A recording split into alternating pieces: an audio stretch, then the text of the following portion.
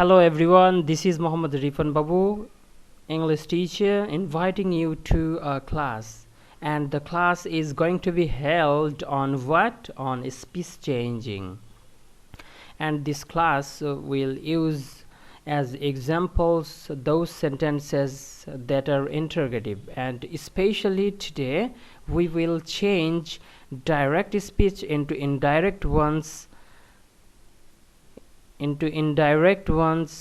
using those interrogative sentences that begins with WH words like what, when, which, where. So no delay, let's go.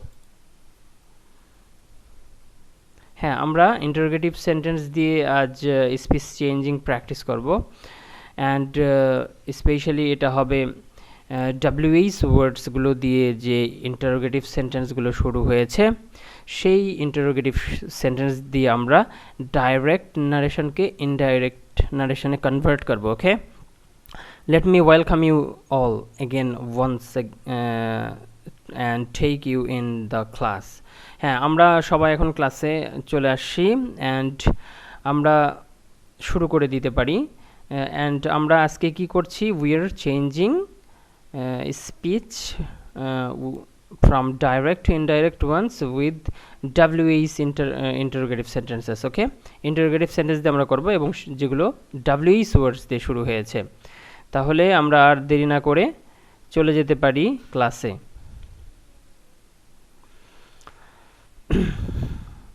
হ্যাঁ, আমরা WH ওয়ার্ডস হালকা শুনেছি যে WH আসলে WH interrogative WH ওয়ার্ডসগুলো কাকে বলে?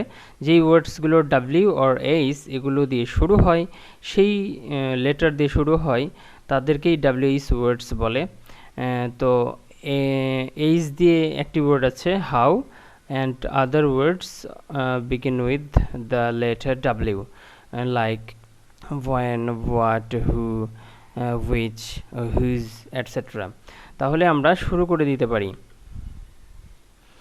হ্যাঁ, আমরা জানি যে দুটি স্পিচ আছে আমাদের ডাইরেক্ট নারেশনে. সেটা হচ্ছে ইনভার্টেড কমার বাইরে যেটা, সেটা রিপোর্টিং স্পিচ, অ্যান্ড ইনভার্টেড কমার ভেতরের যে অংশ রিপোর্টেড স্পিচ. যখন আমরা ডাইরেক্ট থেকে ইনডাইরেক্ট করতে যাই, স্পিচ চেঞ্জিং করতে যাই, তখন আমাদের কি করতে হয়? রিপোর্টেড স্পিচ অর্থাৎ কমার ভেতরে যে অংশ আছে, কমাটা বাদ দিয়ে কি করতে হয়? দুটি অংশ যুক্ত করতে হয়. আর in this case we need to take the help of a word.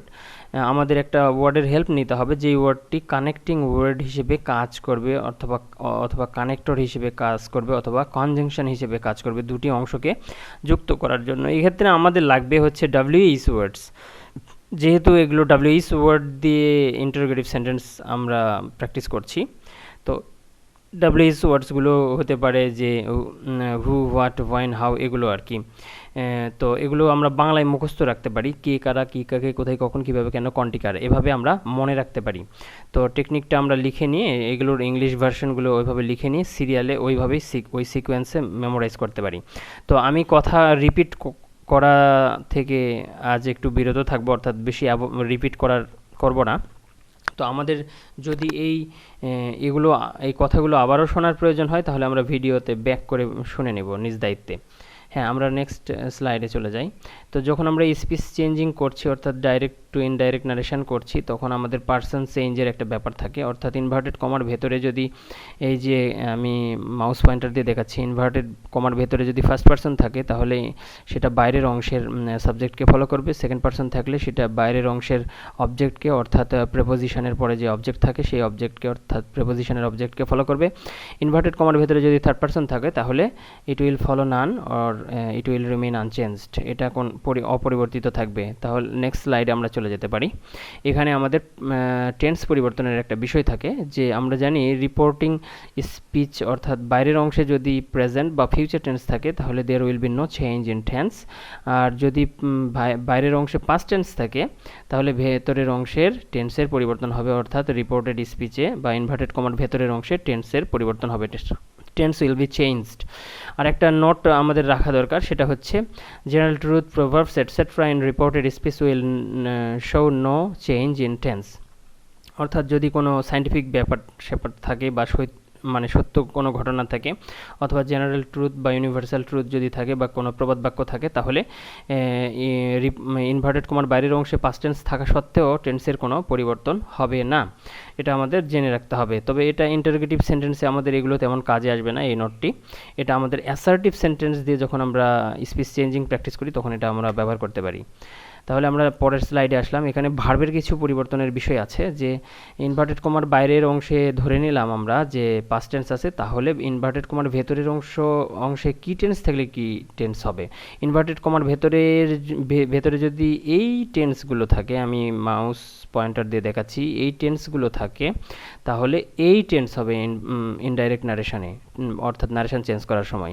অর্থাৎ প্রেজেন্ট সিম্পল টেন্স থাকলে পাস্ট সিম্পল টেন্স হবে, প্রেজেন্ট পারফেক্ট থাকলে প্রেজেন্ট কন্টিনিউয়াস থাকলে পাস্ট কন্টিনিউয়াস হবে, প্রেজেন্ট পারফেক্ট থাকলে পাস্ট পারফেক্ট হবে, প্রেজেন্ট পারফেক্ট কন্টিনিউয়াস থাকলে past perfect continuous হবে, প্রেজেন্ট পাস্ট সিম্পল থাকলে পাস্ট পারফেক্ট হবে, পাস্ট কন্টিনিউয়াস থাকলে পাস্ট পারফেক্ট কন্টিনিউয়াস হবে। আর এগুলো কিছু শর্ট টেকনিক দিয়ে দেওয়া হয়েছে, যে যদি শুধুই এই ভার্ব থাকে তাহলে এই ভার্ব হবে, অর্থাৎ এই টেন্সগুলো অনুযায়ী পরিবর্তিত হবে। আর যেসব টেন্স নিয়ে আমি কথা বলিনি সেই সব টেন্সের সাধারণত স্পিচ চেঞ্জিং করা হয় না, ডাইরেক্ট টু ইনডাইরেক্ট নারেশন করা হয় না। এখন আমরা পরের স্লাইডে চলে যেতে পারি। কিছু মডেলসের ব্যাপার থাকে, যদি ইনভার্টেড কমার ভেতরে এই মডেলসগুলো থাকে তাহলে ইনডাইরেক্ট নারেশন করার সময় এই মডেলসগুলো হতে পারে, মানে হবে আর কি। এরপরে আমরা এক্সারসাইজ, আমরা যত এক্সারসাইজ করব ততই কি আমাদের কনফিডেন্স লেভেল হাই হয়ে যাবে। অর্থাৎ শুধু আমরা জানলেই হবে না, গ্রামাটিক্যাল যে সেগমেন্টসগুলো আছে বা গ্রামার আছে, এই গ্রামার শুধু জানলেই হবে না, আমরা যত বেশি প্র্যাকটিস করব আমাদের কনফিডেন্স লেভেল তত হাই হবে। তো এখানে একটা বিষয় হচ্ছে, যখন আমরা ডাইরেক্ট নারেশন থেকে ইনডাইরেক্ট করতে যাব ইন্টারোগেটিভ সেন্টেন্স দিয়ে, তখন আমাদের যে রিপোর্টিং অংশ আছে, অর্থাৎ ইনভার্টেড কমার বাইরের অংশ, সেখানে সে ভার্ব বা সেড ভার্ব বা টেল ভার্ব, এই ভার্বগুলো এই ভার্ব বা গ্রুপ অফ ওয়ার্ডসগুলো দিয়ে রিপ্লেসড হবে। যেমন আস্ক বা আস্কড হতে পারে টেন্স অনুযায়ী, ওয়ান্টেড টু নো এটা হতে পারে, অথবা কোয়েশ্চেনড মানে প্রশ্ন করলো এটাও হইতে পারে। তো এখন আমরা সরাসরি এক্সারসাইজে চলে যাব। এখানে কি আছে, I said to the boy, আমি ছেলেটিকে বললাম, হোয়াট ইজ ইয়োর নেম, তোমার নাম কি। তো আমি ছেলেটির নাম জিজ্ঞাসা করলাম, এভাবে বলতে হবে, তাই না, যখন ডাইরেক্ট নারেশনটা কি, আসলে ডাইরেক্ট নারেশনে স্পিকার যেই কথাটা বলেছে, অর্থাৎ হোয়াট ইজ ইয়োর নেম, ওটা ওইভাবেই রাখলাম, ওই কথাটা ওইভাবেই রাখলাম। বাট ইনডাইরেক্ট নারেশনে কি, presentation, way of presentation is different, মানে এখানে বলার ধরনটা আলাদা, যে আমি বলছি যে তার কথাটা আমি আমার মতো করে বলছি, তখন ইনডাইরেক্ট নারেশন সেটা। অর্থাৎ ডাইরেক্ট নারেশনে হচ্ছে আমরা সরাসরি, মানে ডাইরেক্ট মানে সরাসরি স্পিকারের কথাটাই ওইভাবেই আনচেঞ্জড অবস্থায় বলি, ওয়ার্ড ফর ওয়ার্ড হুবহু বলি। বাট যখন আমরা ইনডাইরেক্ট নারেশন করি তখন ওই যে স্পিকার যে কথাটি বলেছিল সেই কথাটি আমরা আমি আমার মতো করে বলি। হ্যাঁ, তাহলে এটাকে আই আস্কড দিলাম, এটা যেহেতু প্রশ্ন আছে, আই আস্কড দ্য বয়, ছেলেটিকে জিজ্ঞাসা করলাম। এখানে আমাদের ইনভার্টেড কমা উঠিয়ে দেওয়ার পরে দুটো অংশকে যুক্ত করতে হবে, বাট এখানে সহজ বিষয়টি হচ্ছে যে আমাদের এটা ডাব্লিউএইচ ওয়ার্ড দেওয়া আছে, এই ডাব্লিউএইচ ওয়ার্ড যখন ইনভার্টেড কমার ভেতরে ছিল তখন এটা ইন্টারোগেটিভ প্রনাউন ছিল, বাট যখন আমরা এই ইনভার্টেড কমা উঠিয়ে দিয়ে এই দুই অংশকে যুক্ত করার জন্য ডাব্লিউএইচ ওয়ার্ডটি ব্যবহার করছি, বা এটা ন্যাচারালি দুইটি অংশকে যুক্ত করতে ব্যবহৃত হচ্ছে, তখন এটা it no more remains a pronoun, interrogative pronoun, rather it becomes a connecting word, that means a conjunction, তখন এটা কনজাংশন হয়ে যায়। তাহলে এখানে হোয়াট দিলাম, তারপরে ইজ থাকলে মানে অ্যাম, ইজ অথবা আর থাকলে কি হবে, ওয়াজ অথবা ওয়ার হবে, যেটা আমরা যারা টেন্সের স্ট্রাকচার সম্পর্কে আমরা অতটা ওয়াকিবহাল না বা জ্ঞাত না, তারা এভাবে আমরা পড়তে পারি। আমি যে ভার্বের লিস্টগুলো দিয়েছিলাম, যে অ্যাম, ইজ অথবা আর থাকলে ওয়াজ অথবা ওয়ার হবে। তো আমরা এখানে মানে অ্যাম, ইজ বা আর হোয়াটের পরে দিব না, কারণ কি, এটা ইন্টারোগেটিভ সেন্টেন্সে আছে।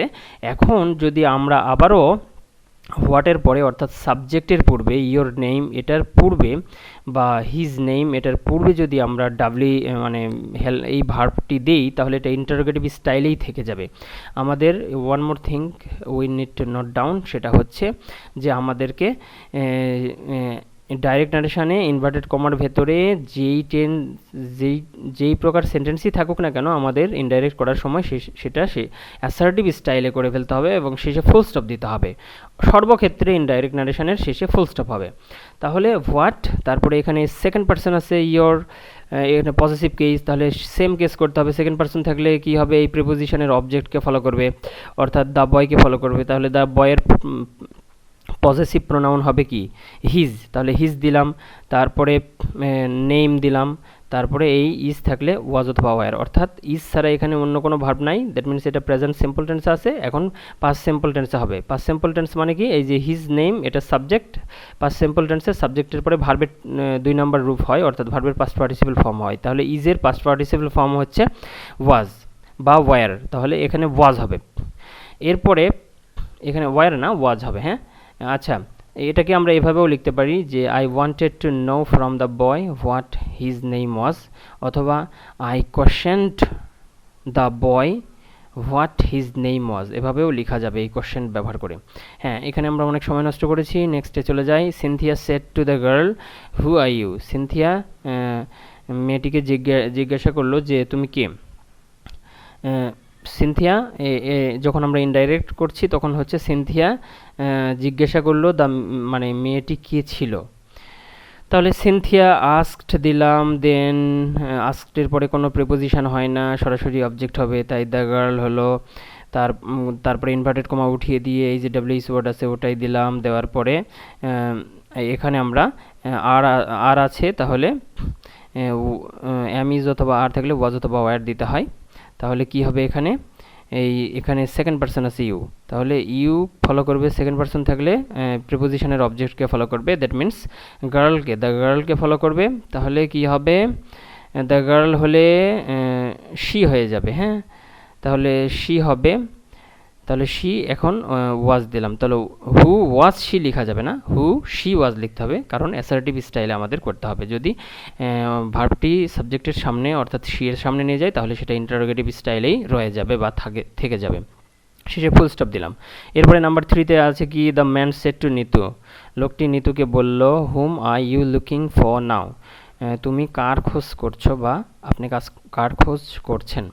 তাহলে দ্য ম্যান আস্কড নিতু লিখলাম, দেওয়ার পরে এই যে ইনভার্টেড কমা উঠিয়ে দিয়ে হোম এখানে দিলাম, দেওয়ার পরে কি দিলাম, এখানে সেকেন্ড পার্সন ইউ আছে, তাহলে নিতুকে ফলো করবে, অর্থাৎ প্রিপোজিশনের অবজেক্টকে ফলো করবে। তাহলে নিতু হলে শি হবে, নিতুর প্রোনাউন, তাহলে শি। দেন দিলাম আমরা কি, এম ইজ অথবা আর থাকলে ওয়াজ অথবা ওয়ার, শি এর পরে ওয়াজ হয়, ওয়ার হয় না, তাহলে শি ওয়াজ লুকিং ফর দিলাম, দেন নাও থাকলে দেন হয়, দেন দিলাম। আমরা এখন পরের স্লাইডে চলে যেতে পারি।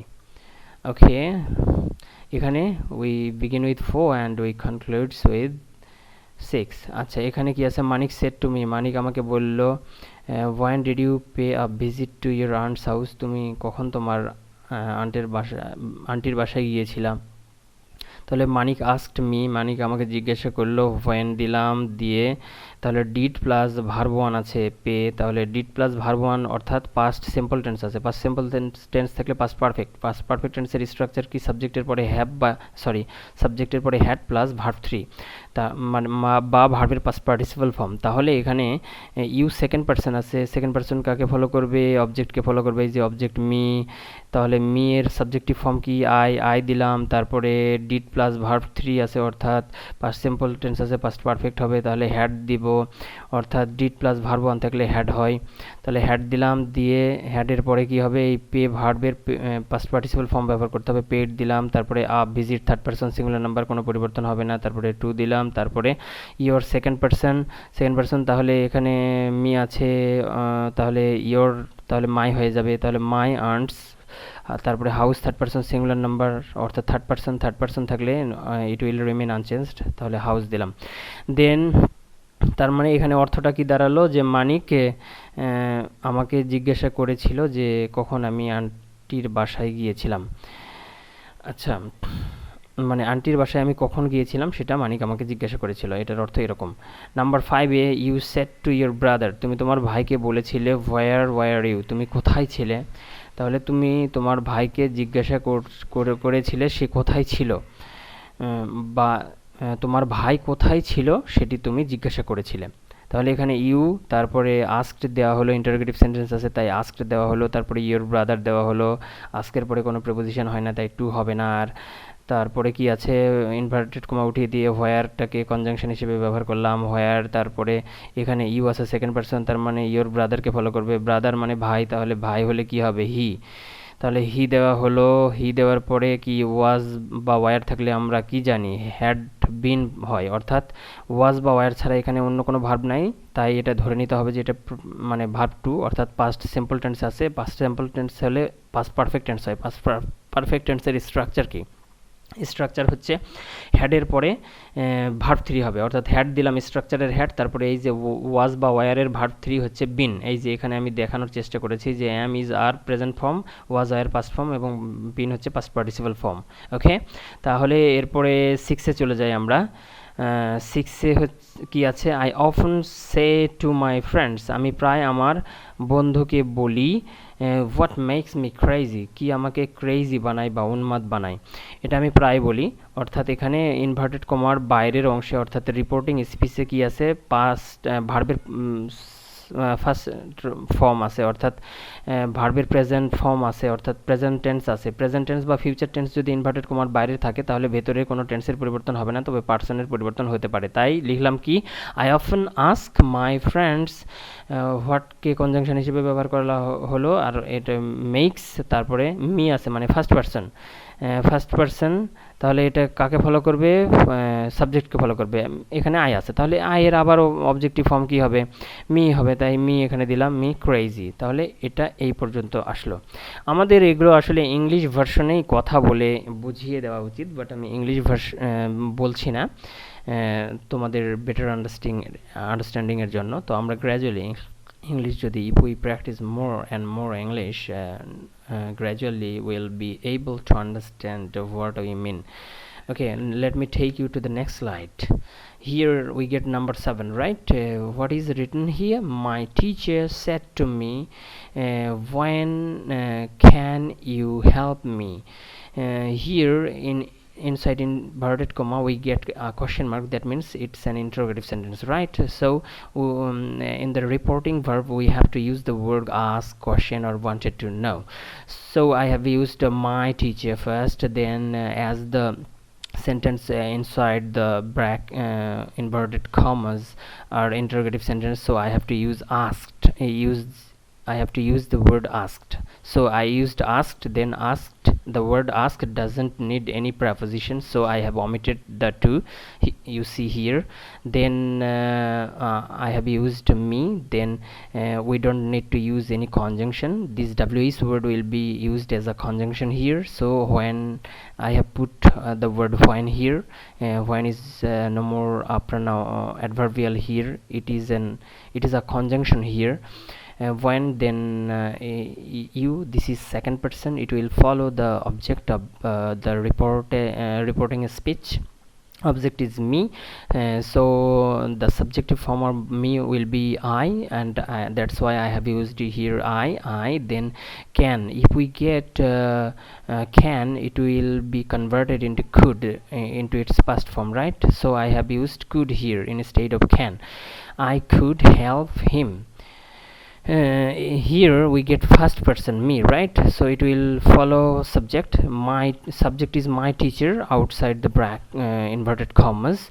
My teacher, male person, so as a pronoun of my teacher we can use him, and as it is in objective form, okay, him. Then let me take you to number 8.